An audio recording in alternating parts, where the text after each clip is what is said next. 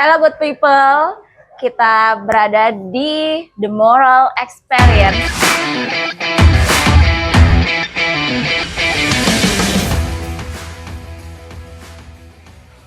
Dan kali ini saya sudah ada bintang tamu yang sangat spesial ya.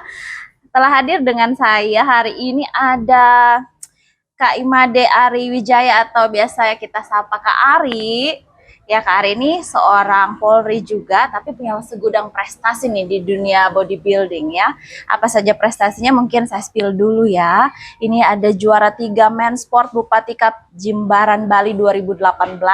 Ada juara 2 Binaraga 80 kg Piala Wali Kota Manado 2022.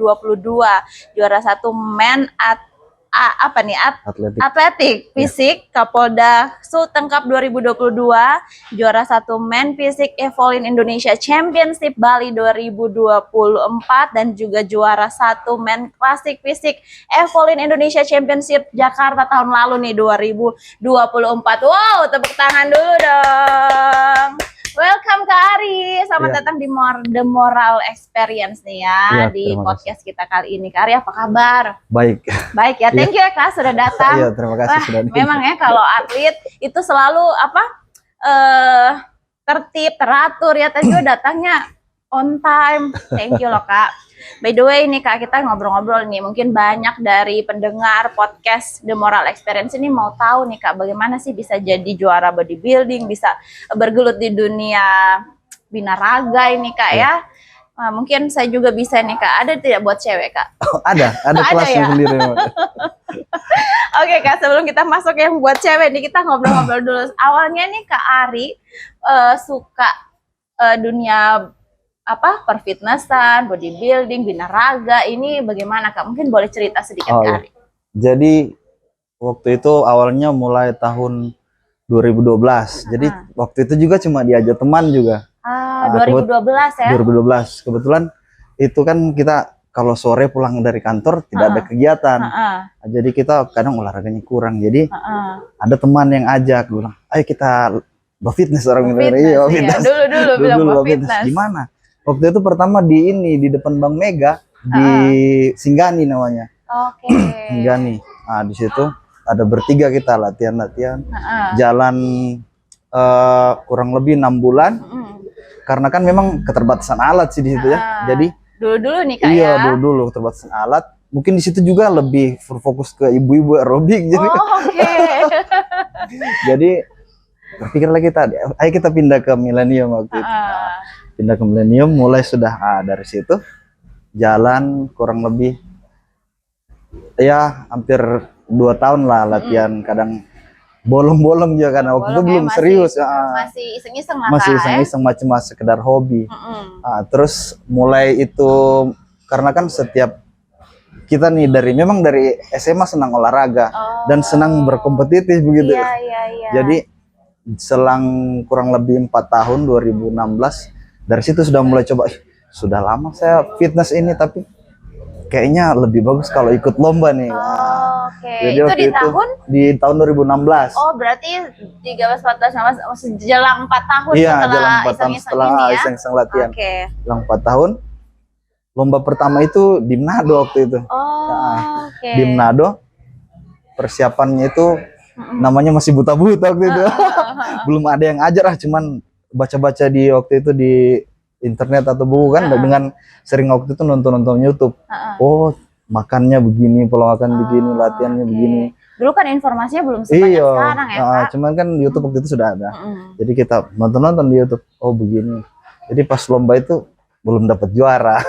Yang penting sudah ada pengalaman. Iya, yang penting ada pengalaman. Yang cari pengalaman dulu. Iya. Berlanjut. Akhirnya terus juga jadinya. Oke Kak. Terus habis itu kita sempat berpikir kayaknya hobi ini bagus dijadikan usaha juga. Waktu itu jadi mulai 2017 kebetulan ada lahan sedikit, itu saya buka tempat fitness. Berarti Kak Ari juga punya tempat fitness sendiri nih. Betul. Untuk pribadi atau untuk umum? Untuk umum. Untuk umum ya. Terinspirasi dari itu Millennium kan. Dari kayaknya di daerah sebelah sana kan belum ada, di daerah Tondo waktu itu, Palu Timur. Ya memang belum ada. Belum ada waktu itu. Jadi 2017 saya buka, awal Januari 2018 kita mulai jalan waktu itu. Dan waktu itu sempat tutup waktu gempa. Kan September gempa 2018. Setelah itu di tahun sempat vakum sih dari kompetisi waktu itu. Dari habis kita membangun kan masih merintis ceritanya. Merintis kita punya, karena masih susah cari instruktur waktu itu. Jadi kita sendiri yang ngajar. Setelah itu tahun 2022 baru mulai lagi. 2022 mulai kita, karena sudah berjalan, sudah dapat instruktur juga, karyawan, kita mulai ini ikut kompetisi lagi. Mulai prepare. Memang waktu itu badannya masih agak hancur sih karena sudah agak jarang latihan. Fokus mengajar. Tapi 1 tahun prepare lagi, kayaknya di tahun 2023 mulai tanding lagi waktu itu. Di 2022 di mulai tanding Kapolda lagi. Kapolda. Pertama di Manado. Manado dulu baru Bali ya. Manado dulu, baru Bali, baru Piala Kapolda di Palu. Oh, keren. Pokoknya berlanjut sudah sampai sekarang. Sampai sekarang jaga terus ya Kak. Oh gitu. Jadi perjalanannya dari iseng-iseng, coba-coba 2012, terus sama teman-teman sejawat ya, terus akhirnya kayaknya suka nih, passionnya bergelut di situ, sampai juga bisa buka gym sendiri nih ya. Jadi gymnya boleh spill namanya Kak? Tor Gym Palu. Tor Gym Palu di daerah Tondo Jalan Rofiga.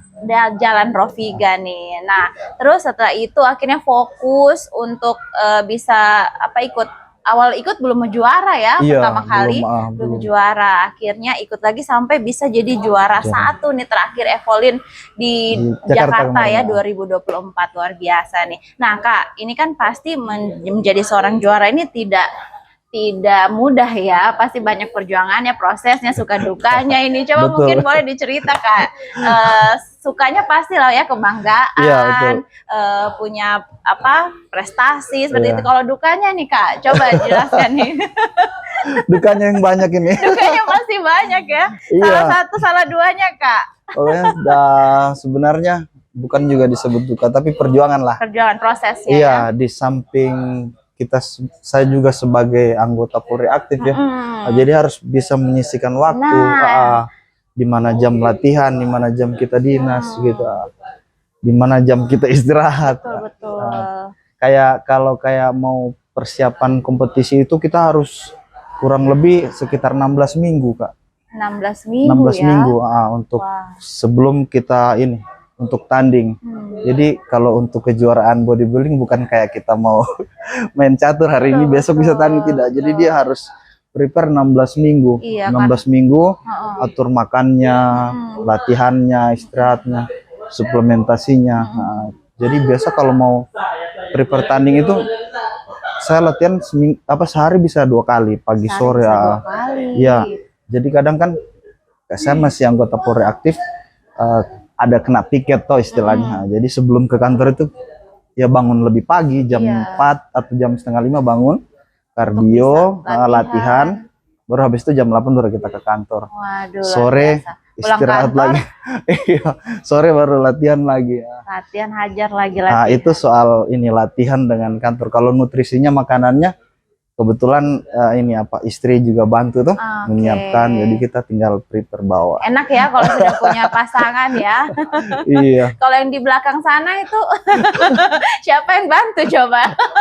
Kalau punya pasangan kan katanya ada yang bantu masakin prepare, jadi datang tinggal makan. Kalau tidak ada yang pasangannya bagaimana dong? Urus diri sendiri ya. Swasembada. Koperasi dong. Nah Kak, tadi kan sudah dibilang nih bagaimana yang salah satu dukanya ini susahnya membagi waktu ya, sebagai seorang Polri, juga harus bekerja, tugas, piket, kemudian juga membagi waktu dengan keluarga, latihan, nutrisi, waktu istirahat ya, karena di gym itu juga penting untuk istirahat ya, recovery itu ya Kak. Nah itu tadi salah satu dukanya. Coba kalau diingat-ingat nih Kak, apa yang paling bikin kayaknya nyesek begitu ya waktu mau tanding atau persiapannya, kayaknya ini aduh nyesek sekali ini, apa mungkin Kak selain dari itu? Kadang kan pada saat masa persiapan ini memang kita itu berada di bawah kayak tekanan begitu ya. Di bawah tekanan mana defisit kalorinya itu sudah parah sekali. Kan kalau defisit kalori itu kayak kita belum dapat nih target berat badan untuk minggu ini, minggu siang. Bagaimana mesti potong makan lagi. Di situ yang kadang aduh stres begitu jadi. Lapar kadang tidak bisa tidur. Itu yang lapar tidak bisa tidur tapi tidak boleh makan. Iya, tidak boleh makan, lapar tidak bisa tidur. Terus ditambah biasa emosi meledak. Kadang yang harus kita mengontrol diri memang. Jadi biasa kadang-kadang ya orang di rumah jadi belum biasa. Tapi kalau istri dan anak sudah tahu itu kalau papanya. Oh, papa persiapan ini. Jadi kadang dikasih tidur sendiri gitu. Oh gitu. Iya, jangan diganggu biar saja. Diganggu ya. Supaya kan habis latihan pagi, istirahat siang, sore mau latihan lagi ya. Betul. Biar dia tidur. Betul. Jadi kalau selesai pertandingan. Ya, selesai pertandingan baru jalan-jalan ajak anak-anak makan. Refreshing itu ya, saja sih. Perayaan. Saat-saatnya agak ya memang harus menyesuaikan memang. Oke, Kak. Nah, kalau tadi kan bilang ada mempersiapkan segala macam, ada juga pasti pihak-pihak yang membantu dan juga pasti kakak waktu Kak Ari mau kompetisi sampai bisa juara 1 ini kan pasti ada juga mentor, ada orang-orang dekat, keluarga yang membantu. Nah, kalau Kak Ari bisa ini kan siapa kira-kira yang paling berjasa ini dari prestasi-prestasinya Kak Ari dan proses-proses semua yang bisa dilewati ini suka dukanya sampai bisa jadi seperti Kak Ari yang sekarang ini. Ya, yang kalau saya yang sekarang paling berjasa itu ya yang mendampingi saya tiap hari tetap istri saya, pokoknya dari menyiapkan makan, dari dia menyesuaikan kita punya keadaan, terus bagaimana cara menghadapi kita ini yang moodnya naik turun ya. Kalau orang bagaimana bayangkan kalau orang defisit kalori itu emosinya, tapi ya syukur sampai sekarang dia bisa lebih paham. Terus yang kedua, sebagai seorang atlet memang kita butuh sekali yang namanya pelatih dan partner. Mentor dan partner. Kalau partner kita saling memberikan semangat ke latihan. Jadi biasa kalau di tempat latihan ada Kevin, biasa saya kayak kenal itu latihan. Yang mana itu ya? Biasa juga Amar itu. Kalau pelatih mentor sampai saat ini kebetulan saya kenal dari beliau itu dari 2016. Coach Jeffrey Watton. Coach Jeffrey. Halo Coach Jeffrey. Coach Jeffrey memang keras kalau mendidik orang, apalagi kalau sudah persiapan itu. Kalau tidak siap jangan ikut. Jadi dilatih harus fisiknya, mentalnya, kadang kita punya dikasih juga kayak ujangan-ujangan motivasi setiap kita latihan itu yang membuat kita selalu semangat juga. Jadi kalau prinsipnya beliau, saya datang, saya menang gitu. Wah, luar biasa. Nah, tadi tuh saya pancing ya, kalau misalnya tidak jawab istri yang pertama, waduh gawat nih. Karena pasti mendampingi dalam suka dan duka tentunya ya. Terus juga beberapa ada partner, ada juga mentor katanya tadi. Oke, Kak Ari, tadi kan sudah spill ini orang-orang yang berjasa dari perjuangan prosesnya Kak Ari selama mengikuti beberapa kompetisi dan akhirnya menjadi juara 1 nih Kak. Terus kalau saya tanya bagaimana ininya perasaannya, pasti semua orang juara itu senang, bangga ya Kak, itu kayaknya standar deh pertanyaannya ya. Pertanyaannya lebih ke edukasi nih kayaknya Kak Ari. Sebenarnya apa sih yang paling penting ada dari seorang binaraga atau bodybuilder itu sendiri supaya bisa konsisten, supaya mungkin yang mau ikut juga perlombaan-perlombaan kompetisi-kompetisi berikutnya itu bisa lebih semangat begitu Kak. Harusnya apa yang ada dari seorang bodybuilder sendiri? Kalau yang selama ini ya, yang jadikan saya motivasi dalam diri, sebenarnya lebih ke kayak bagaimana untuk bisa merubah ini yang kita lakukan di gym kan lebih disiplin nih, dari makan, dari latihan, istirahat. Itu bisa saya bawa ke kehidupan sehari-hari yang selama ini yang saya rasa itu yang jadi kadang kalau dihadapkan ini kan badan, kita badan untuk bisa menjadi bagaimana tergantung apa yang kita makan gitu. Jadi itu yang saya bawa di kehidupan sehari-hari ya. Gimana menghadapi makanan di luar begitu. Jadi gimana apa yang kita makan, kayak 1-2 hari kita makan ini pasti besok itu badan akan berubah gitu. Jadi bagaimana konsistensi itu yang kita jaga ya. Untuk karena kompetisi yang saya ikuti ini bukan cuma sampai di sini. Kalau saya makan bebas nanti hari ini, besok saya akan susah lagi untuk memulai gitu.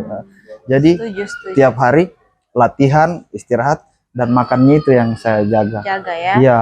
Jadi memang harus disiplin tadi betul, kata disiplin. Kak Ari, juga harus apalagi tadi Kak, tertib, Konsistensi, konsisten ya, itu yang paling penting dari seorang atlet ya, harusnya betul. ya kita bilangnya seorang atlet. Bodybuilder, binaraga itu bedanya apa sih Kak Ari? Kalau bodybuilder dan binaraga, kalau bodybuilder lebih ke ini apa? Ikuti untuk kompetisinya. Kalau binaraga lebih kecenderung orang yang untuk membina badannya, baik dalam lifestyle sehari-hari atau untuk kompetisi bisa. I see. Oke. Berarti yang di belakang ini tipe apa ini, bodybuilder atau binaraga ini? Aduh, jadi nah sebagai seorang pemilik ownership gym, kemudian juga punya toko nutrition ya Kak, boleh di-spill toko nutritionnya apa Kak? Suplemen Fitness Palu. Fitness jadi Palu. Tokonya di Pertokoan Hasanuddin. Masuk dalam pertokoan belok kanan depan Rama Foto. Jadi kebutuhan untuk nutrisi, olahraga, semua ya, bukan cuma untuk orang fitness, untuk lari bisa juga kan kita dia jual whey protein, BCAA, kadang pre-workout atau kreatin biasa yang orang pakai. Kalau yang di belakang itu apa olahraga? Berkuda katanya. Berkuda atau memanah? Oke Kak, nah yang paling penting sebenarnya dari olahragawan ya secara keseluruhan sebagai pemilik ini ya toko nutrisi juga, apa sih yang paling penting asupan nutrisi untuk seseorang deh secara keseluruhan? Sebenarnya apa sih paling penting Kak? Jadi kita secara umum ya, yang untuk kita asupan hari-hari itu kan ada 3 makronutrien. Nah, apa itu? Karbohidrat, protein, sama lemak. Karbohidrat, protein, lemak tuh ya. Itu makronutrien. Kalau mikronutriennya ya asam-asam amino kan. Jadi kalau untuk kehidupan sehari-hari atau kita kayak saya untuk yang suka olahraga fitness, paling biasa orang bilang, wih banyak makan protein. Saya lagi berusaha itu Kak, tapi kayaknya protein. terus kenyang sekali. Iya kan, sumber protein di Palu kita ini kan banyak tuh. Iya betul. Bisa dari telur, ikan kita segar ayam, ya, iya betul. Ayam, daging juga bisa. Kalau karbohidrat kadang dari nasi bisa, atau ubi, atau biasa jagung. Tinggal bagaimana kita. Jadi untuk menjaga konsistensi tadi, tinggal bagaimana kita memilih bahannya supaya kita tidak bosan. Betul. Hari-hari ganti-ganti, kan biasa ada orang makan nasi tiap hari bosan. Iya Kak, betul. Atau ada orang disuruh diet, makan ubi tuh tiap hari bosan, nih kukus-kukus. Saya tuh ya, nggak bisa makan makanan yang sama di hari yang sama. Apalagi kan banyak sumber protein, sumber karbohidrat. Kalau sumber lemak kan cuman dari alpukat, kacang-kacang, kadang minyak kampung atau olive oil kan bisa. Kalau karbohidrat dan protein banyak kita di suplemen. Iya, jadi tidak akan bosan untuk konsisten. Betul. Kalau itu tuh produser kita dia makannya itu pakai jagung tapi pakai coklat dengan ini keju susu. Coba gimana itu Kak? Itu bukan karboto sudah. Iya, karboto ya. Iya loh. Dengan gula. Waduh. Oke deh Kak. Nah, coba deh Kak, harapannya ke depan ini, mau apa lagi yang diikuti mungkin, atau rencananya apa ini untuk ke depan, bisa mungkin di spill secici ke penonton The Mural Experience. Kan kebetulan kemarin tahun kemarin Desember habis tanding YIC di Jakarta ini, kita dapat juara 1 overall dari ini. Jadi overall champion itu maksudnya yang satu kelas tadi, men klasik fisik, yang juara 1 kan ada dibagi jadi 3 divisi dia. Men open klasik A dan B. Yang juara 1 itu dipertandingkan lagi. Nah, jadi setelah dipertandingkan kemudian kita dapat juara 1 lagi. Ada pialanya sebenarnya tapi di rumah. Wow, keren sekali ya. Nanti ada dokumentasinya nanti. Oke, nanti dokumentasinya bisa dilihat di sini. Nah, setelah dapat itu kebetulan ini apa hadiahnya itu kontrak dengan brand susu yang mengadakan lomba ini. Tapi nanti kontraknya awal Juli. Nah, terus awal Juli. Dan satu lagi kita dapat golden ticket untuk tanding di Malaysia nanti Oktober. Keren. Berarti bawa nama Indonesia. Iya, bawa nama Indonesia. Keren. Tepuk tangan dong. Tanggal 19 Oktober. 19 Oktober 2025. Jadi persiapan lagi nih ya, persiapannya nanti mungkin sekitar awal Juni. Awal Juni mulai persiapan. Oke, wow, tadinya membanggakan Sulawesi Tengah ya, juara 1 di Jakarta, sekarang akan mewakili Indonesia nih di ajang internasional berarti ya di Malaysia. Keren sekali nih Kak Ari. Oke, kita doakan ya semoga berhasil dan kita masyarakat Sulawesi Tengah juga bangga tentunya ya. Nah, Kak Ari, pesan dan kesan nih untuk generasi muda yang baru mau belajar nih dunia perfitnessan, mau baru malu-malu ke gym mungkin, bingung mau main alat yang mana dulu, atau juga yang sudah tapi mau ikut kompetisi seperti Kak Ari, atau yang sudah tuir-tuir tapi berjiwa muda ya, jangan ketawa kameramen, tapi mau tetap nih ikut di ajang-ajang kompetisi lain kan ada ya Kak? Ada kelasnya, ada kelas biasa itu master 40, master 45. 45 tuh masih bisa tuh. Abai kalau mau kejar yang itu masih bisa sesuai umur ya. Kayak teman kemarin kan ada yang dapat medali juga kemarin. Oke. Coach Amar. Coach Amar juga dapat ya. Coach Amar keren loh. Terus untuk perempuan ada Kak? Untuk perempuan ada kelas woman bikini dengan woman wellness fitness gitu. Oke, doain ya semoga saya nanti bisa ikut di kompetisi berikutnya. Amin katanya. Kadang di Indonesia masih jarang woman fitness saja. Soalnya kan terbuka sekali kalau dia tabu ya, tapi ada beberapa yang saya follow itu di Bali, orang-orang di Bali. Biasa di Bali kompetisinya. Tiap tahun itu ada, Bas.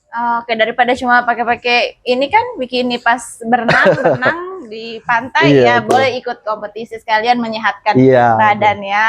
Oke deh. Pokoknya semua selama itu positif dan juga menyehatkan tubuh, juga kalau kita jadi olahraga itu kita jadi jernih ya pikirannya, kerjanya jadi lebih semangat, hidup lebih bergairah, semangat juga. Nah Kak, pesannya apa ini Kak buat generasi muda dan yang lain yang mau belajar seperti Kak?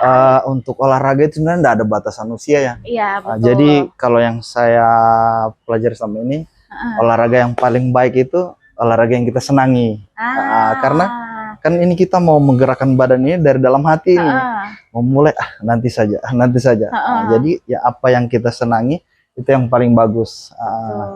Jadi kebetulan saya senang itu dunia gym, fitness. Karena menurut saya dunia gym lebih kompleks. Jadi semua olahraga bisa, mau penguatan, atlet sepak bola atau atlet basket mau penguatan tetap harus ke gym. Mau endurance tetap harus ke gym. Dari nutrisinya juga lebih bisa belajar di gym. Dan kedepannya buat teman-teman yang kaula muda atau yang seumuran saya 30 ke atas, mau mulai olahraga jangan malu. Jangan malu ya Kak. Mau olahraga apa saja, mau lari kan banyak tuh. Sekarang klub-klubnya banyak. Kan baku aja teman istilahnya. Saya tuh paling nggak bisa lari Kak. Nggak tahu kalau mau ke tempat fitness biasa banyak yang takut begitu. Segan, mau mulai dari mana? Pokoknya kalau mau ke tempat fitness cari yang dekat rumah aja. Kayak di daerah Palu Selatan, Milenium tuh kalau ke arah Tondo ke tempat saya bisa. Di Tor. Terus datang aja ke sana, tanya ke resepsionisnya, pasti nanti diajari. Karena kan memang itu tanggung jawab dari manajemen dari tempat fitness toh, mempersiapkan menyediakan trainer untuk cara pakai alat gimana, gerakannya bagaimana. Karena kan istilahnya setiap olahraga punya resiko tuh, takut nanti salah angkat dia malah salah, malah cedera.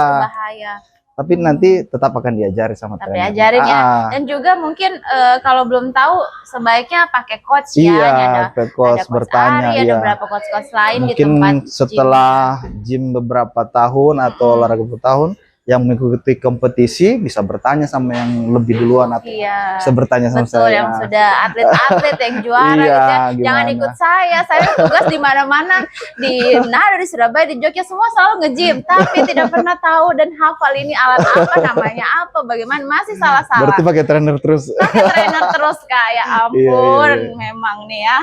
Tapi yang penting istilahnya kemauan untuk selalu olahraga ada. Iya, kalau saya sih memang suka olahraga dari dulu. Dari sekolah itu saya selalu nilainya yang tinggi, salah satunya olahraga Kak. Memang suka olahraga. Di saat itu cewek-cewek suka apa, alasan-alasan, aduh lagi datang bulan, aduh lagi ini, saya tuh selalu semangat olahraga. Saya selalu nilainya 99 gitu.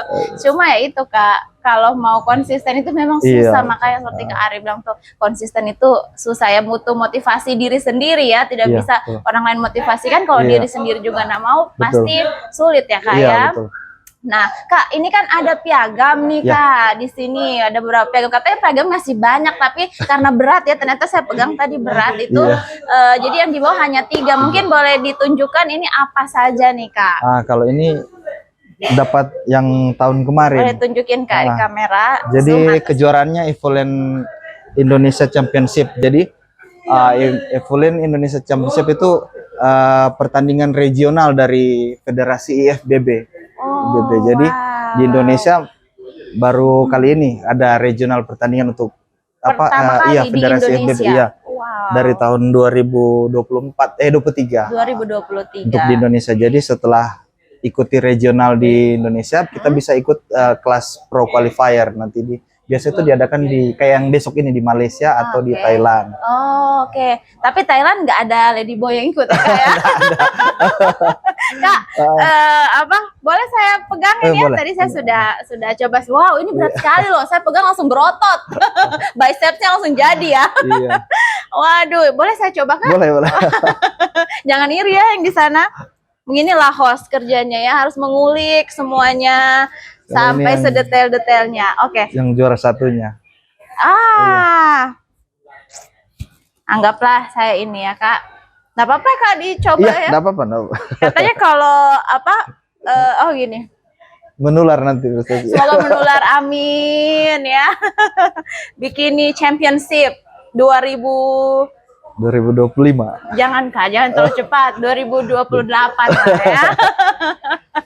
Oke Kak, yang berikutnya apa nih Kak? Ini yang klasmen fisik. Tunjukin dong Kak. Klasmen fisik yang juara satu. Juara satu 2024 di Bali. 2024 di Bali juga. Waduh. Oke Kak Ari, ini tadi juara 1 2024 di Bali. Ini yang terakhir kemarin. Fisik. Ini yang ini yang di terbaru. Jakarta kemarin ya. Waduh, 2025 overall champion dari men klasik fisik. Overall champion men klasik fisik Evolen ya. Evolen 2025. 2024. 2024. 5 saya udah mendoakan duluan Kak ya.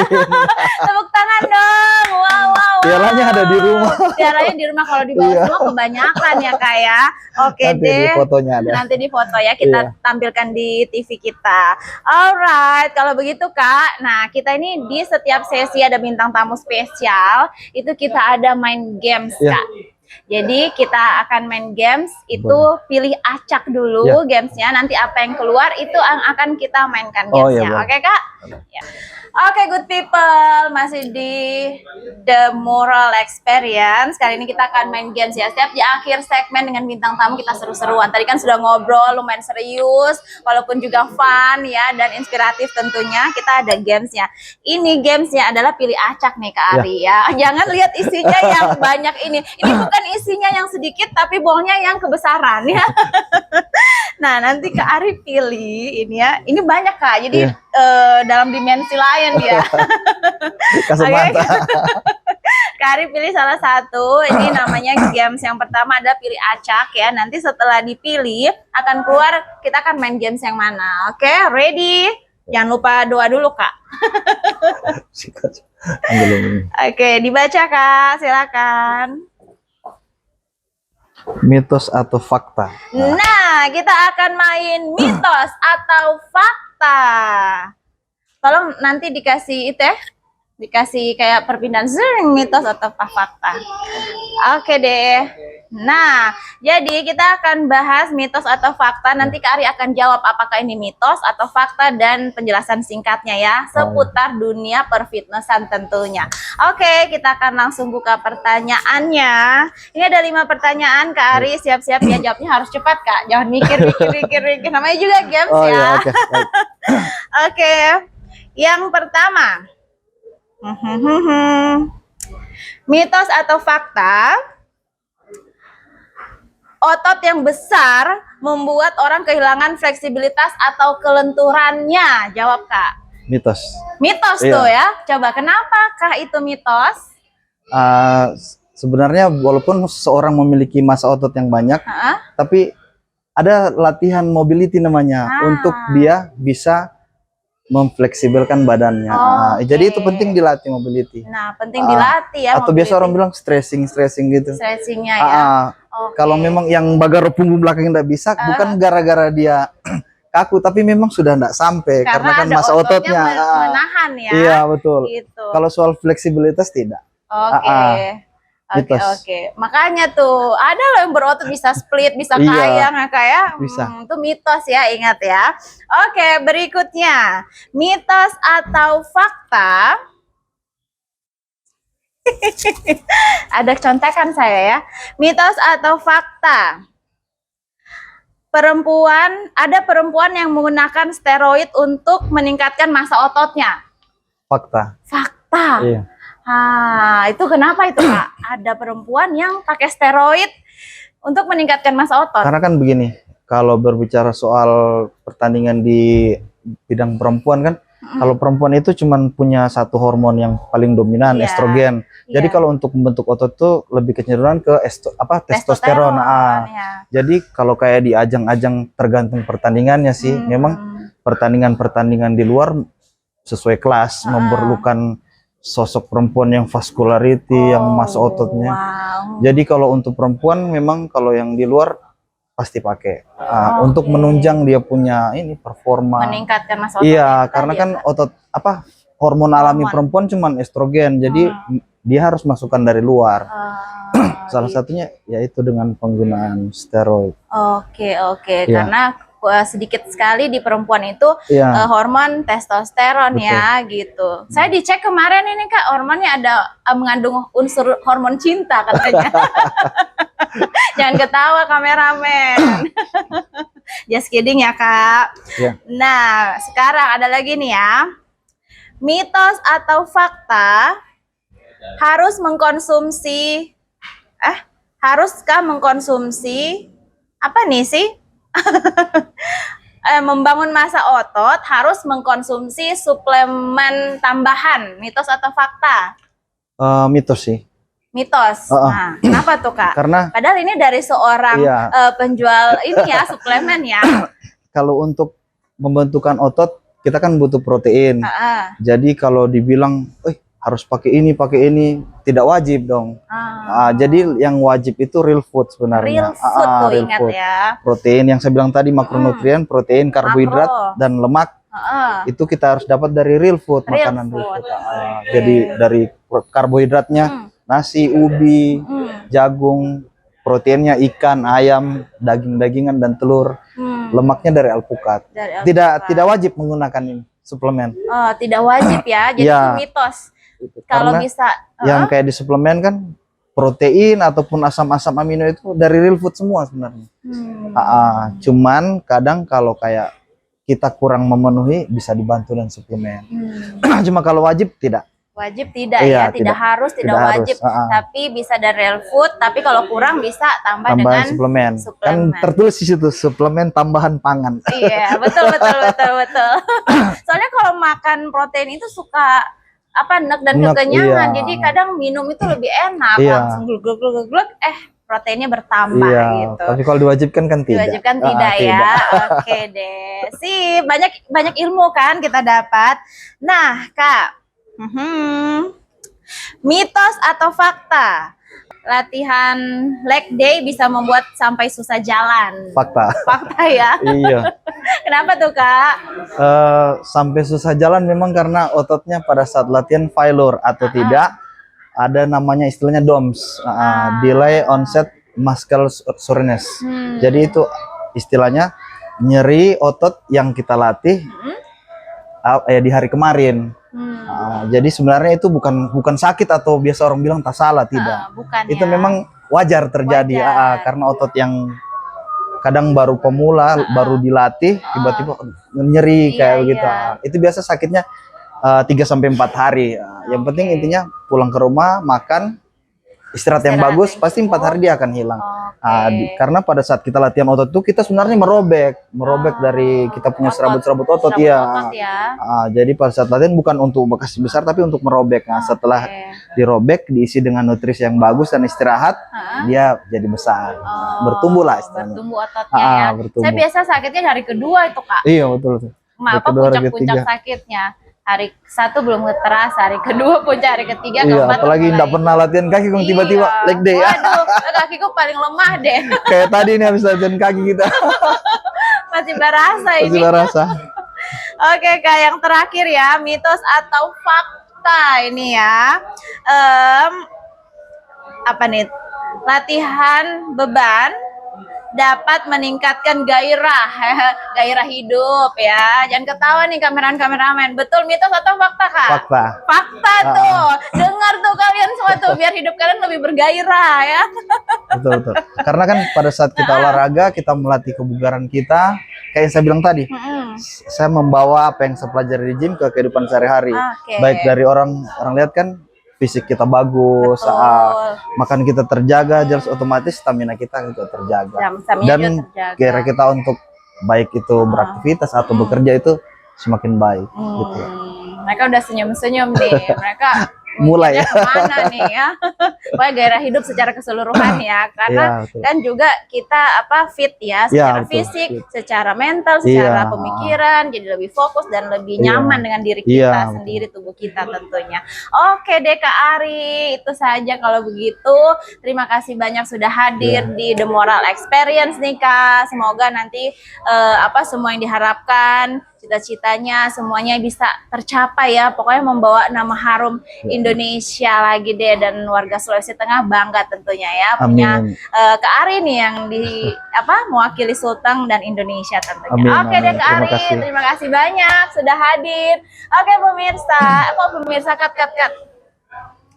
Oke, good people, itu tadi bincang-bincang santai dan inspiratif kita bersama Kak Ari ya, juara bina raga ya sampai di Jakarta 2024 kemarin, dan semoga kalian bisa belajar dari pengalaman dan pengetahuan yang dibagikan Kak Ari nih pada segmen kali ini. Oke deh good people, kalau begitu kita ketemu di segmen berikutnya. Sampai jumpa, saya Tisa masih undur diri, bye.